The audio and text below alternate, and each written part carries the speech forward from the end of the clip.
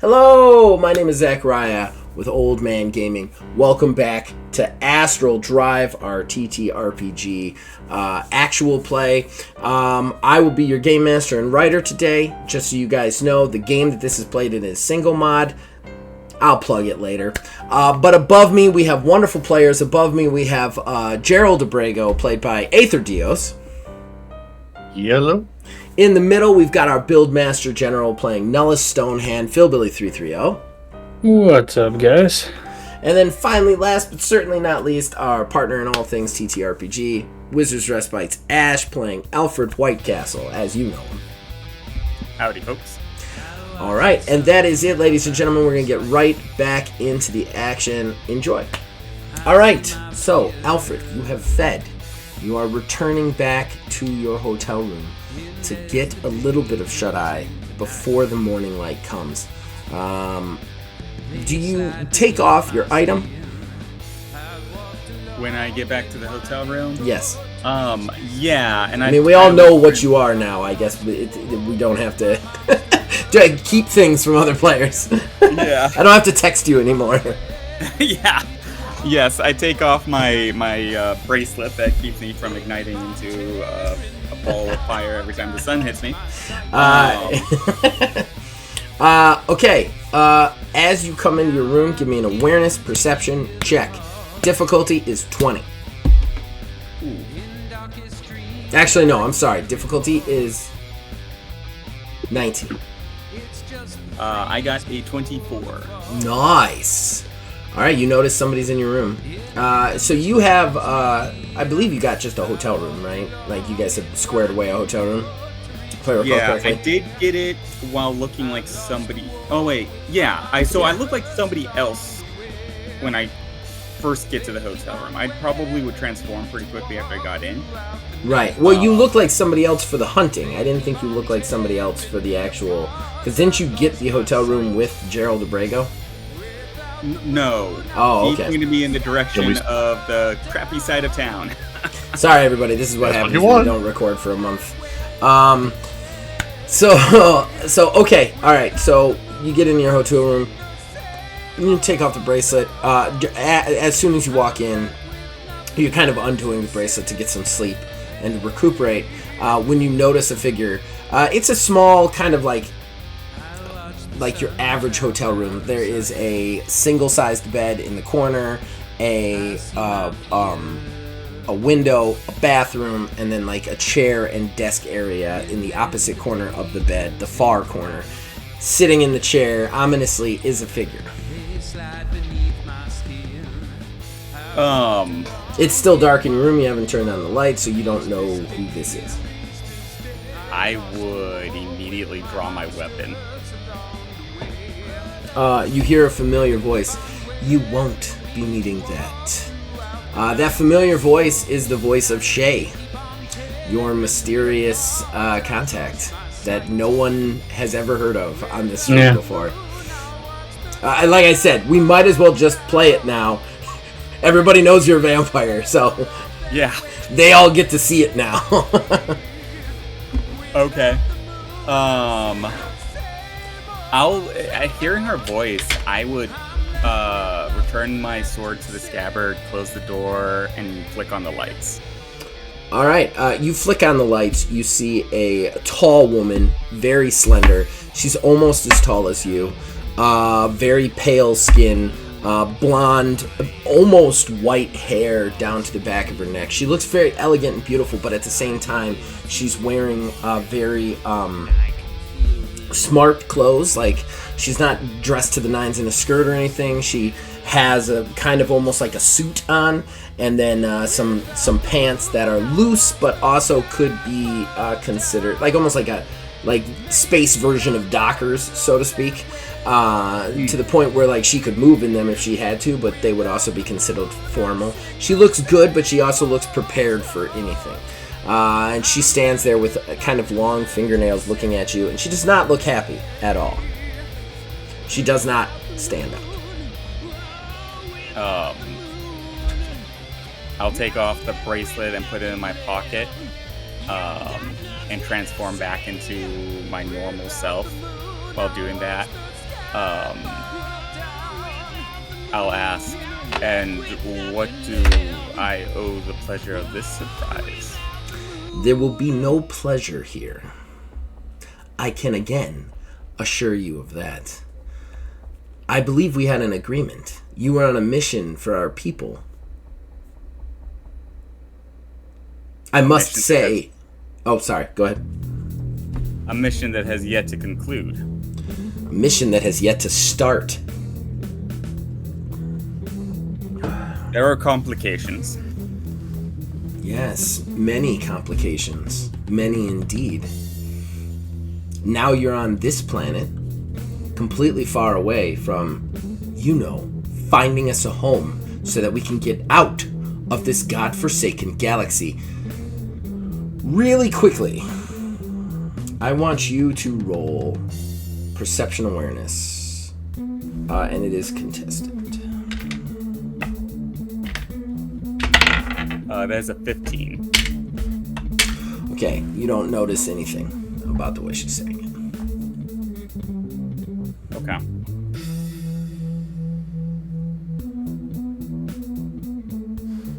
I'm on this planet because our ship, the ship that will get us out of this galaxy, is here. Out of this system is here. Yes. Stolen. Yes, I am aware of that. I'm aware of all of this. Do you think my network not strong enough to figure this information out? In fact, I'm also very aware that you have brought a new person into your metaphorical bed. How close have you become to Taya Volk? We have a working relationship. A working relationship. And a deal that may be advantageous for our goals. Advantageous for our goals. Explain. And do be careful when you do, because I know who Taya Volk is, and I know exactly how dangerous she is to our people. She is dangerous, but she is dangerous because she is ruthless. She is dangerous because she knows what she wants and she'll do anything to get it. The secret to being in league with somebody like that is to not get in the way of what they want, but be the item that will achieve their goals. I will bring to her what she wants, and she will escort our people out of our system.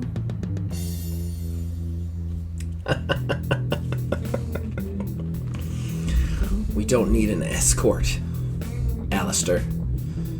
We need an escape. And these people don't know what's coming for them. I do. She stands up and kind of adjusts herself. How attached have you gotten to Gerald Abrego? I have claimed him as one of my vassals. Well, this is unfortunate.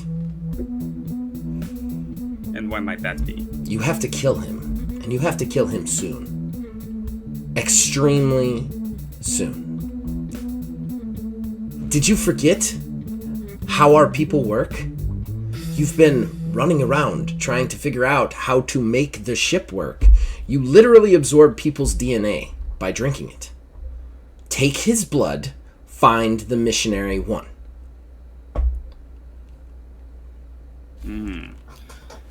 My own DNA will not corrupt the information on the missionary one. Your people have confirmed this? They have. You'll have to regularly drink his blood, so you'll need a lot of it. So I'm to not only kill him, but drain him and store his blood in, vats and carry it around with me? I hope I'm not hearing empathy in your voice for some random person you've met on a mission. A mission to save our entire people. Have I chosen wrong, Alistair? Have I chosen the wrong person for this job? I vetted you quite thoroughly, but I am not above mistake. Maybe I chose the wrong person for the job. Have you chose the wrong person for the job? In the time that I have been enlisted on this mission, I have slain atrocities that haven't been seen in this system for centuries. I have navigated not one but two separate governments, hiding in plain sight. I fail to see why I must kill an individual who is the key to my ship when I can run out of his blood eventually. This mission has gone sideways because of one major factor that you failed to inform me of. Who and what is the echelon of the end? Do you want to make any rolls with that speech? That was an impressive one. I'm going to go with manipulation. Okay. All right. Trying to bait something out of her. That's a 15.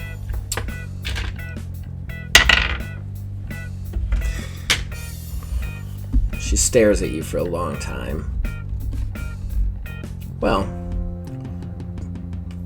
it's good you haven't lost your fire. I appreciate that.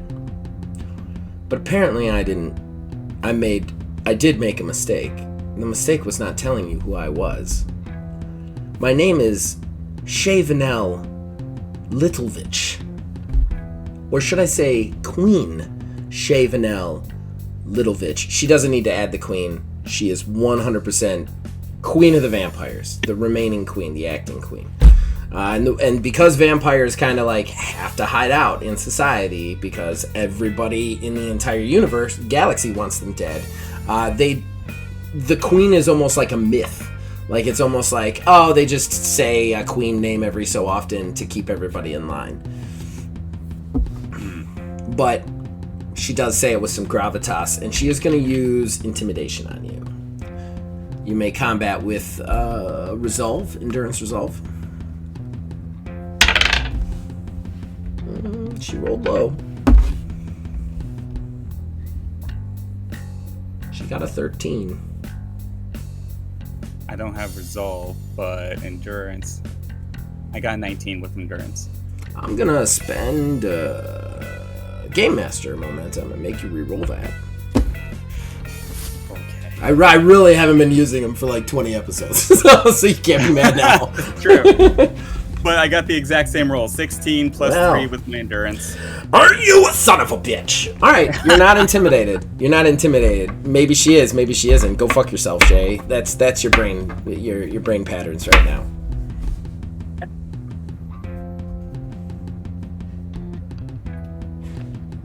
I respect our traditions, what's was taught of them, and I respect your position. And I respect your office and what you're trying to do with our people to save us. But we should understand each other fully. You can kill me. You could have your people hunt me down.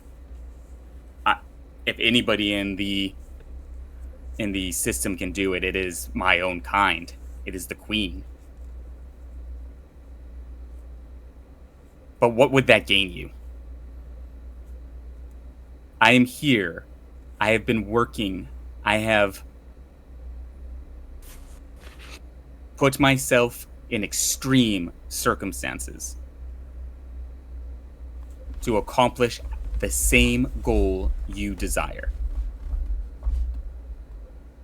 I have been doing this alone and with limited information on who it is I'm really fighting.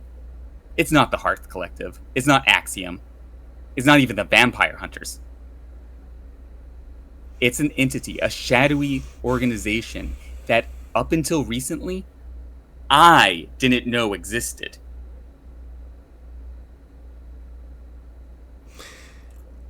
She takes a deep breath, kind of stares at you for a long time. And she goes, all right, fair enough. Maybe I haven't shared enough with you, but you must appreciate with our people that that's not always the best course of action. But I suppose you've earned it.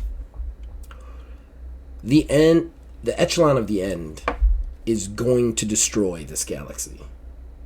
They have everything in place to do it already. The horrors that you've taken on, that you've fought, are a symptom of the cancer that this galaxy has caught. And it is only going to get worse. So, we are on a timetable. Our people have to find a new home, and we have to get out of here. And then we can watch this godforsaken galaxy who has damned us to the shadows burn from afar. Now, Gerald Abrego does not matter.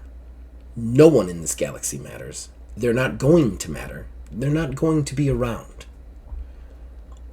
The only thing that matters to me is my people and getting them to safety. Now I need you to convince me that that is the only thing that matters to you.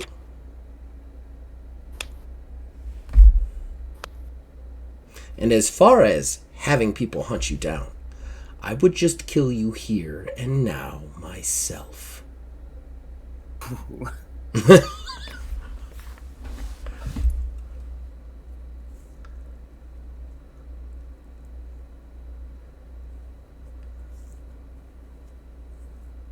You seem well connected throughout all aspects of the mission I have obtained so far. You know of the hubs that I have slain? Yes, I am aware. At least of one. And you have stated yourself that you recognize that Taya Volk is a dangerous individual. She cannot be trusted. None of them can. Of course not. I wouldn't imagine that at all. We must have leverage over her at any point we can obtain such leverage. Do you have leverage? That's one of the reasons why I'm here. She wants the ship, the Missionary 1. In exchange, she'll get us out of this galaxy, this system. But, like I said, I don't trust her. I need to make sure that my leverage is good enough to convince her to do what I need her to do. Do you know if you want proof if I'm the right person for this mission? I ask you to just look at the things I have had to accomplish with the resources at my disposal. All right. I leave it to you. Find the Missionary 1. Now you know more information. You know that we are on a timetable. You know that there will be no more dawdling. We cannot have any more, how did you put it, situations. We have to get out of this galaxy. And I'm going to give you one more piece of information. While I am still not 100% positive on what the end of the echelon truly is, I know they are in league with demons, and I also know that Tobias Pelton is a member. Keep that in mind. And one last thing, she puts up a finger at you. The end of the echelon of the end are not our enemies. Our enemy is one thing, and that is complacency. Being here any longer than we need to. The echelon in the end and the rest of this galaxy have a war with each other. Remember where your loyalties lie, and it is to our race. Other than that, I'll be in touch. Good luck, Alistair. And then she turns and just walks out the front door, unless you say something. I'm just going to let her go. Okay. Alistair is not happy about this turn of events. He's too much of a sociopath to be like completely like unsettled, but this is bad news for him. He's not happy. He is standing there with a big frown. I'm not gonna lie. I have been both very excited to and dreading this entire session because I knew it was gonna be like heavy for everybody. So, switching over to Nellis in the bar with his adoptive father. So we had left off. Samson had just asked where Job was, the chaplain with the Thompson contender and the revolver that we had seen rousting somebody earlier. Correct? Yep. All right. So Job turns around. Well, everybody in the bar looks at him. You do the I thing. Everybody in the bar looks at the chaplain, but one thing you do notice is that nobody in the bar like rushes to speak up to like point out Job. He is a respected member of the community. Like they don't want to just immediately like go, oh, him, kill him, you know, or whatever. They're not sure. Like a cop asking for your friend.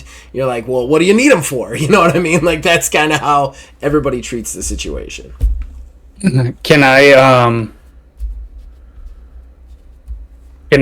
like I guess monologue what I would do? Sure. Okay.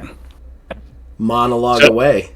So, as Job starts to like turn and acknowledge, I kind of grab his shirt like by the shoulder. I'm like, guess we need to talk. Well, welcome home to me. And I take a drink. As I'm taking my drink, this is important for what I want to do. I want to know my surroundings exactly. Where am I in comparison to the door? Like, is my back to the door at the moment? How many patrons are there? How far away is the wall? And how far away are these two guys? Like just my general surroundings. Okay. All right. Okay, so you guys are at the bar. Okay, let's say that the front door that comes in, let's call that the north side of the room. Okay? You would be on the west side of the room. That's where the bar is. It goes the length of kind of the west side of the room, almost to the most. And then there's like a door that goes into the kitchen, probably the back area, probably the storage. You haven't been back there before. On the south side of the door, there is a staircase that starts off on the east side and kind of cuts up to the second level of the saloon with some rooms and whatnot for people buying a room, people staying the night, stuff like that. Okay, all of the rooms are on the west side above the bar. So like the building itself would be, the one side would be the bar and the stairs, and then the other side would be like the bottom floor would be like storerooms and kitchens and stuff like that, and then the upside stairs would be rooms. Does that make sense? Yep. Okay, so then there's the east wall on the far side. That's where, like, piano is. There's a small stage for maybe some entertainment here and there. Maybe a couple of tables for poker, that sort of thing, on the east side of the saloon. And then that is the wall to the outside. Okay. All right. So he is diagonal from you guys. You guys are at the far end of the bar on the west side. Okay? So, very end of the bar away from him. Like, farthest you could be away from him while sitting at the bar. Does that make sense? So, he's closer to the piano side of the room, basically. He would be halfway through. He would be halfway. It would be a triangle. Okay. Does that make sense? Yep. How wide is this room? Oh, you're asking a lot of me. I know this sounds silly. There's a reason I'm asking. Man, it's fine. I'm the game master. This is what I got to do. I'm gonna say that this room is probably about 40 feet, 50 feet wide, like average barroom area, like somewhere in there. And then there's a smattering of tables through kind of the center floor area, if that makes sense. Just where people could sit and drink and stuff like that. As far as patrons, there's one bartender, There is the two of you at the end of the bar. I would say there is two people sitting at the bar. There is a piano player. He wasn't playing. He was like drinking a beer on break with a tip jar. He's dressed more fancier than he probably should be. And then I'd say this is a night. It's a bar in a West place where there's not a lot to do. So I would say there's probably like 25, 30 people here. It's a pretty crowded place right now. But they're mostly sitting at the table or playing poker or something along those lines. The bar itself only has the 4 people at it. And our chaplains, the 3 of them, there's Samson and his 2 partners. I know he hasn't introduced himself, but his name is Samson, just to get it out of the way, and I can just name him. He is standing, like basically he did the whole sheriff walk through the swinging doors thing that you did, but in a serious way. So that he's just standing there waiting for somebody to speak up. Such a classic Western. Yeah, I love that. Classic Western setup. Okay, so I take like good inventory of my surroundings as I take my drink. I set it down on the bar and I say wake up, and I attempt to cast my demon fog. Oh wow, not even okay. All right. Yeah. Do you remember how to cast magic? Yeah. It's been a while for me. My difficulty is 10 total, and it lasts 2 rounds. So I'm gonna up it a round. Okay. So it'll be a difficulty of 12. My charisma plus my spellcast, so 4, 5, 6, 7. Okay, good, no problems. Cast the demon fog. Okay. So I have Job by the shirt. I say wake up to the demon, cast the demon fog, and the reason I asked for my surroundings, I pull that new pistol that I got. You know how it draws people in 15 feet away from the shot? Yeah. I shoot roughly 15 feet, not at anybody, just at like a poker table. To my plan is to suck them into the poker tables, cause a mess, and grab Job, booking it for the door. Okay, I take everything back. Everybody's gonna die tonight. This is the type of night we're gonna get into. Okay. I'm not shooting them, just so you know. I know. just like how you're like, nope, fuck it. Okay. Give me a ranged agility check on the shot. Ranged. And remember, you're using that gun, whatever stats that gun has. Yep, I got it right here. This is a static. You're trying not to hit anyone, which is relatively easy. So I'm gonna say 10 difficulty, because he did cast demon fog. It's gonna cause some chaos. Some people pop up. I roll an 18, so no problem. Okay, all right. Okay, so do they get sucked with whatever patron? I don't really care what patrons get dragged up into the... It turns into chaos immediately. Like, demon fog pops up, and you hear from inside, like, what in the goddamn?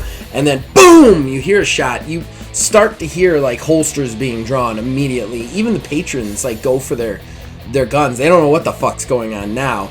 But your bullet, like, nails just, like, the wall just above the piano. And it's at this point you just hear this boom, and it just immediately pulls everybody from that, like, center part towards them. Just a bunch of patrons, like, they go flying. They actually hook the table. One of them grabs the table, and the table just comes up with them and flies backwards. They slam into the wall. A couple of them go through the window right next to it. One of them hits the back of the piano, lands on the keys. It's like bling, blong, blong, blong, just like falling off. There's just total, absolute chaos in the bar. As I'm dragging Job out, I just say, "I'll pay for this." The bartender just stares and goes, "The fuck you will," and then into the darkness. You guys run through the darkness. Give me a stealth check. Okay. It's gonna be a low difficulty, but plus their highest awareness. Let me see what his highest awareness is. Okay, so I'm at 7 difficulty. That's agility stealth, correct? Yes, agility stealth. So 14, 15, 18 total. Okay, you sprint through the darkness. You're out the door. You can hear the chaos going on inside, but you're out. You don't think anybody saw you move through it.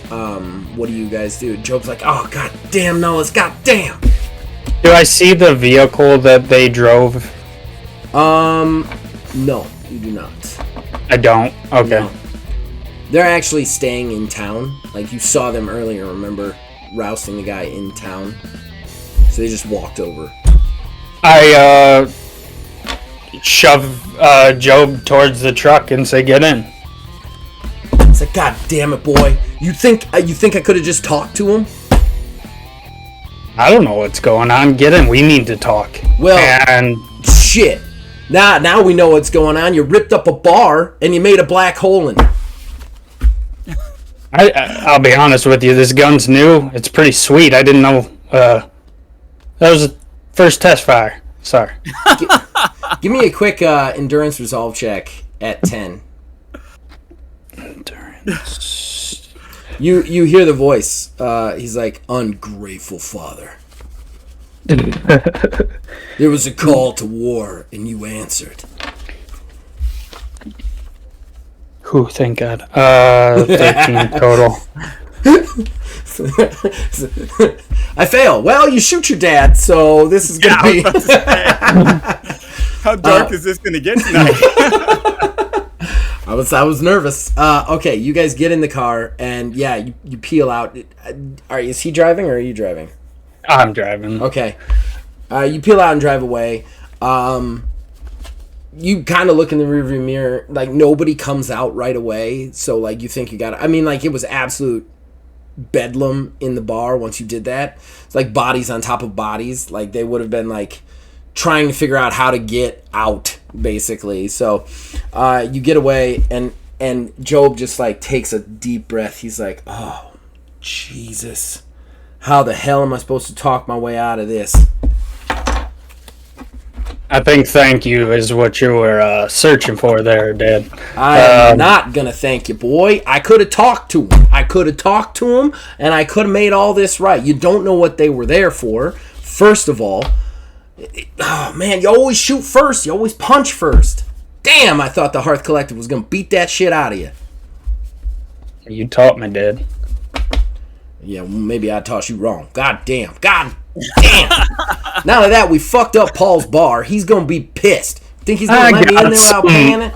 I got some money from the collective. Oh, for fuck's sake. I ain't worried about a bar. You're alive, and I need some answers. What the hell are those scary motherfuckers looking for? Okay. And why are you so interesting? I think you need to make a perception awareness, because he kind of looks at you and goes, "Kid, that ain't nothing you got to worry about. Just walk into town trying to get into my problems." Let me see his statistics. I actually have Job's statistics this time. I was prepared. He gets a 12. 17 total. He is lying. There's something going on. Well, I'll tell you, Job. That was my... I'm just peeling back towards the ranch. I'm like, I'll tell you, Job. This was supposed to be my welcome home party, and it got interrupted by them. And the one thing that I did, some of the skills I did learn in the collective was smelling shit when it's around, and I definitely am getting a nice whiff of it right now. So I think that maybe for a welcome home gift, you could have some honesty, Pops. He gives you a narrow, like, angry look, and he just goes, "Look, I've been here. Wait, how long have you been in training? It's been like 2 years, right? Or 1 year? How long did we say you've been away?" Well, I don't really know. Yeah, that sounds right. Okay, all right. He's like, "Look, you've been away for 2 years.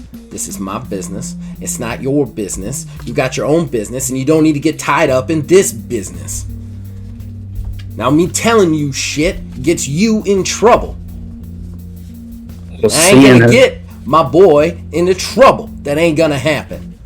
Now, whether you found your daddy or your brother off on another planet or not doesn't make you any less my kid, and I sure as shit ain't gonna get you into no fucking trouble with the goddamn chaplains." Well, it seems like I may have already done that for you, so you might as well fill me in, seeing as how I've seen some trouble these past couple years.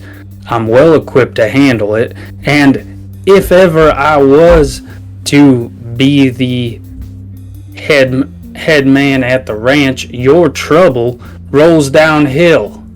So if you ain't around, who's there to answer for it? That would be me, Pops. Seeing as how you ain't got no sons of your own. It's like, it's not trouble. Just letting somebody stay on the back 40. That's all. Till he can move on. Who's this somebody that's so damn important that the chaplains are after him and wanting you to answer for it? Give me a knowledge intelligence check, because you actually know who this is already. Not my strong suit. Yeah. What's my difficulty? Because it's 10. You had the conversation basically earlier today, so I mean it's been a month for us. It hasn't been a month for Nellis.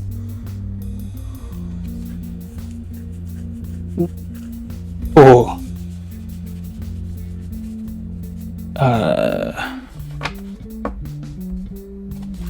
A 10. I don't remember. Just tie, win, or lose.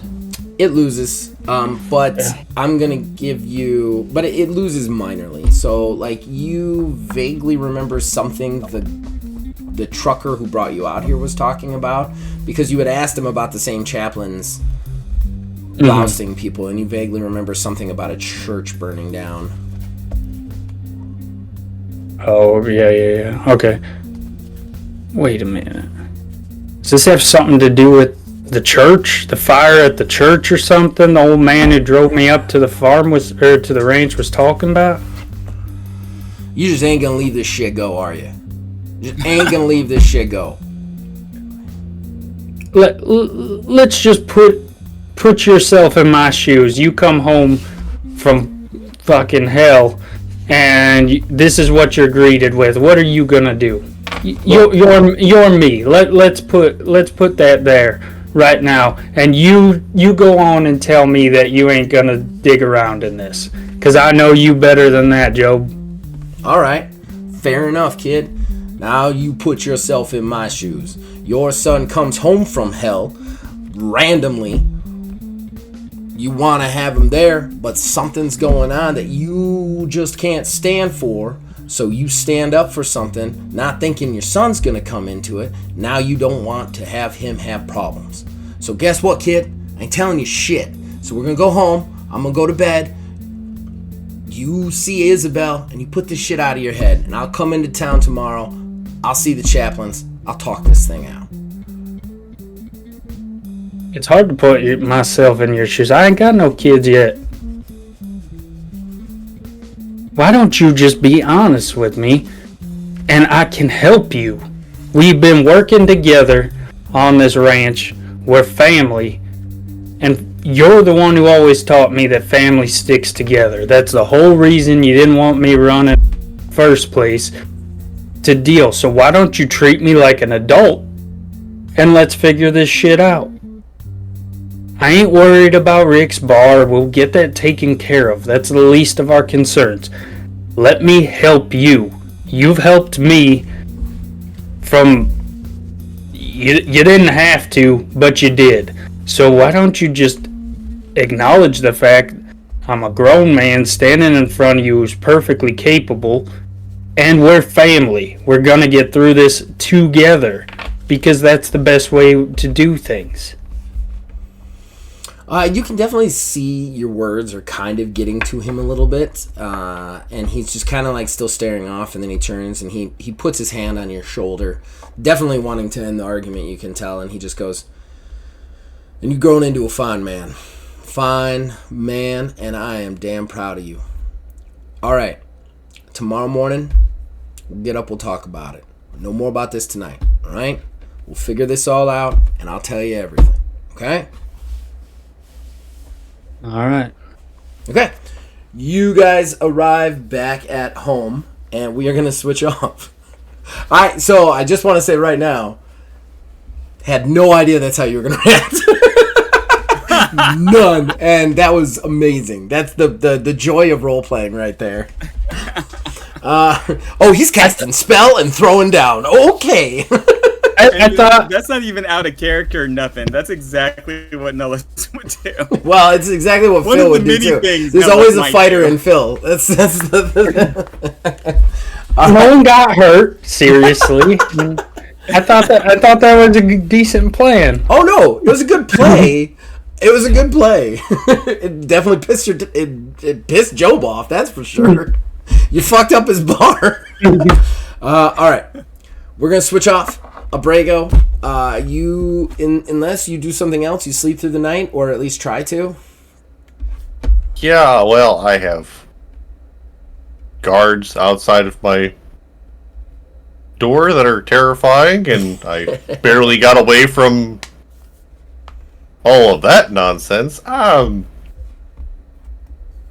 We are going to sleep. Okay, alright, you sleep. Alfred, you are definitely going to meet him for the normal thing? Yes. Okay, just needed to know that before we continued. All right, so Abrego, you wake up in the morning after just a not fun night of not fun anything, basically. You're really worried, and there is just this real feel of dread. And for the first time, you never thought you could miss the side of a freezing mountain with an angry orc, but you missed the side of a freezing mountain with an angry orc. And your dog actually kind of like comes over to you and kind of whines a little bit. You pet him a little bit, and it makes you feel a little bit better. Yeah. But you get You're right. We probably should have stayed. right. He's like, it's too hot here anyway. What are you thinking? All right, you guys head downstairs, and Alistair, you're walking in the front door just as he's coming down the stairs, and you both see the chaplain still standing there. Alistair, actually, give me a knowledge roll. Wait. Yeah, Alistair never met a chaplain before, right? I'm not missing anything, right?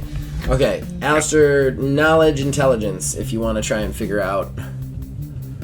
You see one dude standing there. Fine dress, embroidery, big gun on his hip, and the triangle badge that I was telling you guys about before. Okay. Difficulty for you would probably actually be kind of high, so 15, because you're not. I don't think you've ever been to Genesis, Alfred. As Alfred or Alistair or anything, so... I'm going to use a luck token. Okay. That's a reroll, right? Yeah, a reroll. Okay. And I'm going to reroll that because that was terrible. Okay. Oh, and that was worse! I don't know what's going on. Alright, so you do see a gruff dude, like gunslinger type, kind of standing, leaning up against the wall, waiting. He stands up when he sees Abrego. Well, he stands up when he sees you, and he looks threatening. He doesn't look like he's going to draw on you or anything, but he just looks, like, angry. He is not, for anybody who would be watching this as a show, he is the stark opposite of Samson from Nullis's half of the storyline, who is like the pretty Lee Van Cleef gunslinger, whereas this guy is dirty, angry. He's got a fucking 5 o'clock shadow, and he's constantly smoking. But he stands up, kind of takes another big puff of the cigarette, sees Abrego coming, looks at Abrego and nods, and then kind of walks over to Abrego. At the same time you do, Alfred, he looks at you, Gerald, and goes, "I've been instructed to take you to Pelton's mansion. I'm sorry, to Pelton's estate, as per your agreement." Yeah, of course. Is this the person we were waiting for? Yes, Captain, this is our escort. Captain Alfred Whitecastle.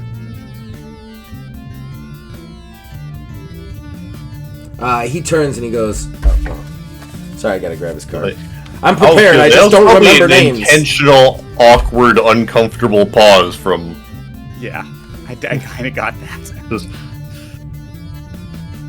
Elijah? Okay. He turns towards you and goes, Elijah. He does not extend a hand. Chaplain Elijah. You still have no idea. You failed. You're like a chaplain. Okay, whatever. Ooh, is that your first name? Like that's you're not exactly sure what that means.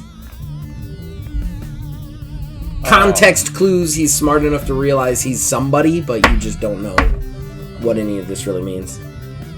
I would imagine I can at very least guess. I mean, he said escort. He's some kind of guard of some kind, but beyond that, probably an armed guard. Right.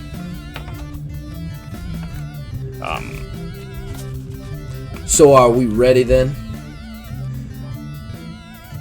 Father Pelton is waiting. Before we head out, I was wondering if I might use your restroom. Elijah kind of looks at the both of you and goes, Father Pelton's waiting. I thought we were going to go there right away. Of course, right away. After I use the restroom. Is there some incredible hurry as to prevents me from using the privy? He kind of looks at you and he goes, I don't like to be late. And then blows smoke in your face. Oh, he's there. He's very punctual. The captain will be very is just right over here. Just a moment. We won't be late at all. We won't be late at all. I just okay. Full clock stare at him. I'm gonna give him a real quick roll.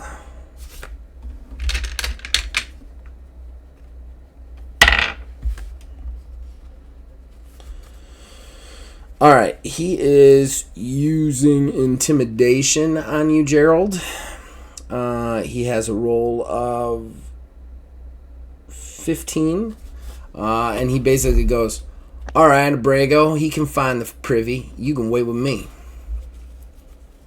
I guess it's going to be... Oh, it would be endurance resolve. Endurance resolve. Yeah. Because intimidation is basically a mental attack. That's how I kind of view it. So, and resolve is... 20. Whoa. You do what you want.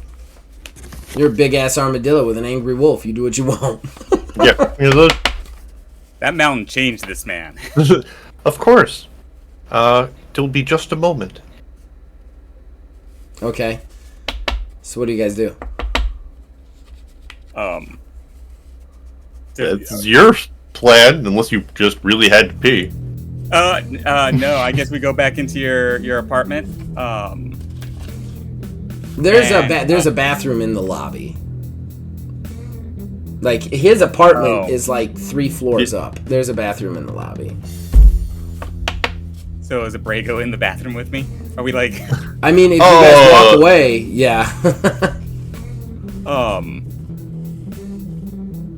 Okay, I'll say to him very quickly, I have received troubling information.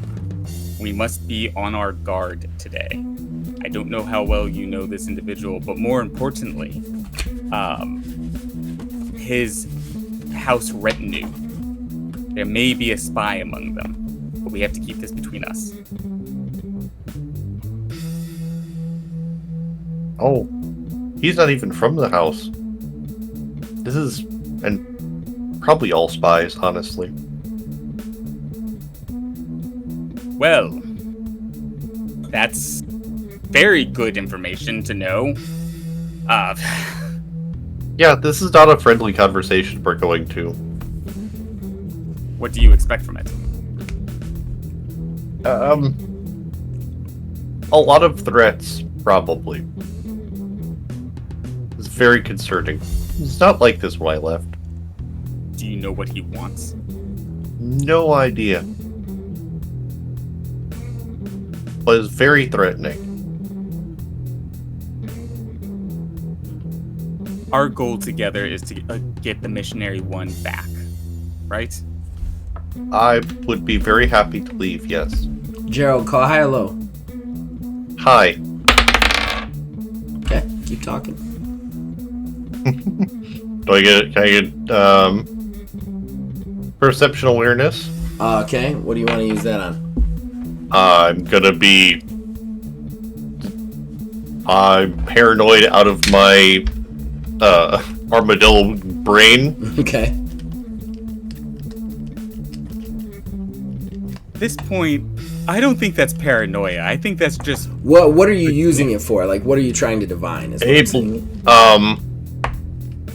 Perceiving the relative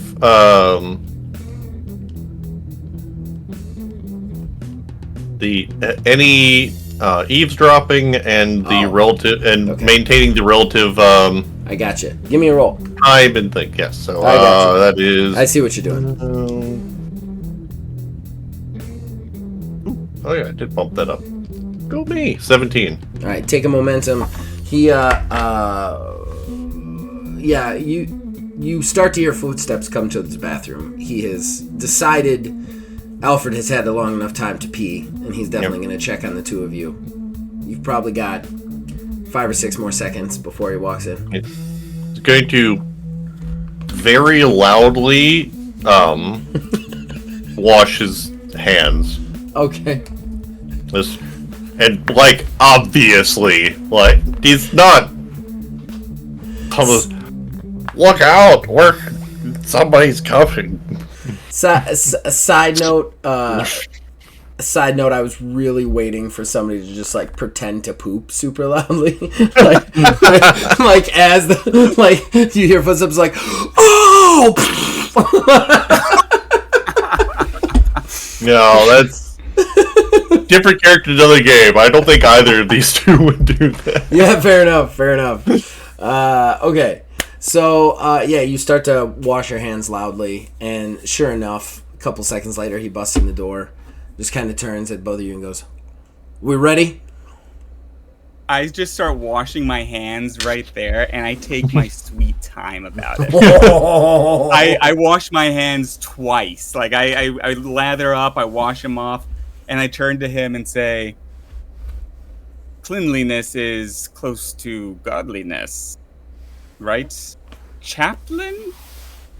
He looks at you and goes, "It's close to Matthias. Yes. Why don't you wash them again? Get all that other planet stank off your hands." Oh yes, we absolutely would not want to diminish the value of the estate by any uncleanliness, of course. That would be just terrible. He kind of looks at you, Abrego, and like tips his hat at you. You can see that he's kind of been ordered to give you a certain level of respect, but he's looking for any reason to draw down on Alfred. I'm comforted by this because I was pretty sure he had no respect for me and was looking to draw down on me too. So 99% of it's Genesis. Everybody wants to draw down on everybody. It's just a planet. Everybody wants to draw guns and shoot each other. I just stop washing my hands, like shake off and then dry them and just sit there. Whoa, Well, why don't we get going? We don't want to be late, do we? No, we don't. And then he blows smoke in your direction again and waits for you guys to pass him. I just pass him without even like turning to him. He follows because he knows Abrego knows the way to Pelton's estates. And you guys head down the road to Tobias Pelton's estates. It is ridiculously large. It is at the heart of the city, first of all, which is insane. Like, you walk through this like beautiful city that with big buildings and everything, and then just suddenly in the middle of it, it's like MC Hammer's house. Just like suddenly in the middle of it, it's just this giant mansion, gated off mansion, giant walls. You actually see a few like chaplains patrolling, basically. Like he has soldiers basically at this thing. The gate opens for you. You guys head in. And then we're gonna cut back. Oh, go ahead. Can I do a perception awareness to get like the general state of the grounds? Like specifically, I'm trying to figure out if they're in like a heightened state of security. If this looks like just normal guys doing their normal patrol.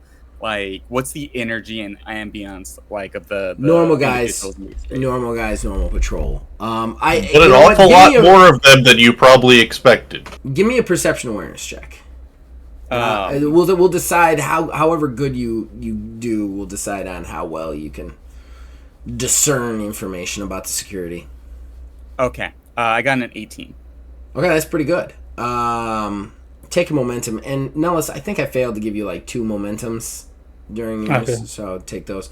All right, so here's the deal. There is only you only see like 2 other chaplains here, because chaplains are like the big of the baddest motherfuckers, you know what I mean? But you do see a lot of like soldiers. One thing about Genesis is it, with the exception of shepherdism, which runs a good portion of things, most of the governments are controlled by corporations. Like, it is a corporate autocracy, basically. So, like, what they do is they then set up deals with the corporations to use their, basically, personal military force. So basically the entire military of Genesis is like black hat mercenaries, basically. Like, that's how it works. So everybody else that you see kind of patrolling the grounds are those just like obviously hired gun soldiers, just like hanging out. They're ragtag. It's not like a military but even like the Vikings had almost like a uniform.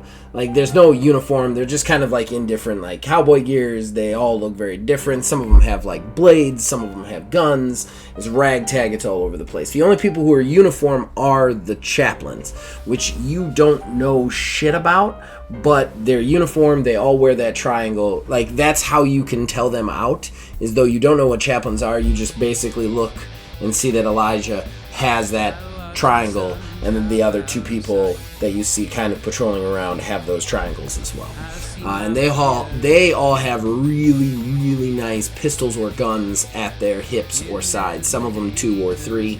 And just, they usually have a better dress kind of outfit to them along with their triangles. So they're very noticeable.